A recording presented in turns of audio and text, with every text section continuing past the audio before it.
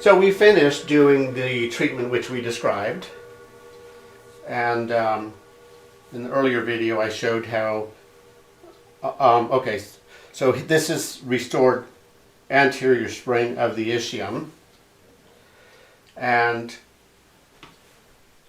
we have restored normal spring of the left ischium or left sit bone. And we've restored normal lateral spring on the right side. We restored spring medially on the right. And we restored movement and spring on the left side. So the interesting question now is, did we restore normal symmetry, or does he have a developmental asymmetry?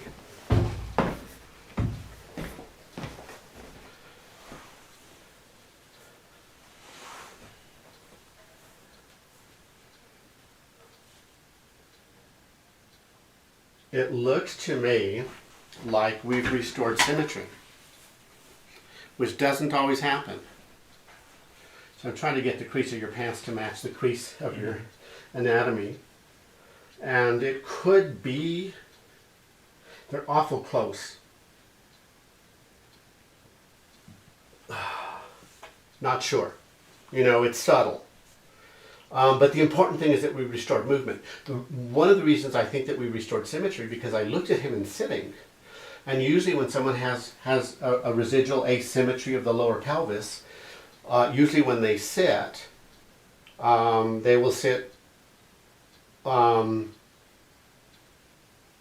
they sit, there will be asymmetry of the thighs, asymmetry of the length of the femur on one side, and asymmetry of the height of the tibias, but I didn't see that. I saw complete symmetry in sitting. I'll show you the tailbone now. And we now have symmetry of the tailbone.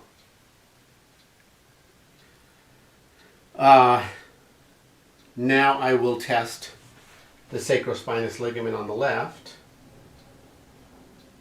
and I can now indent that ligament.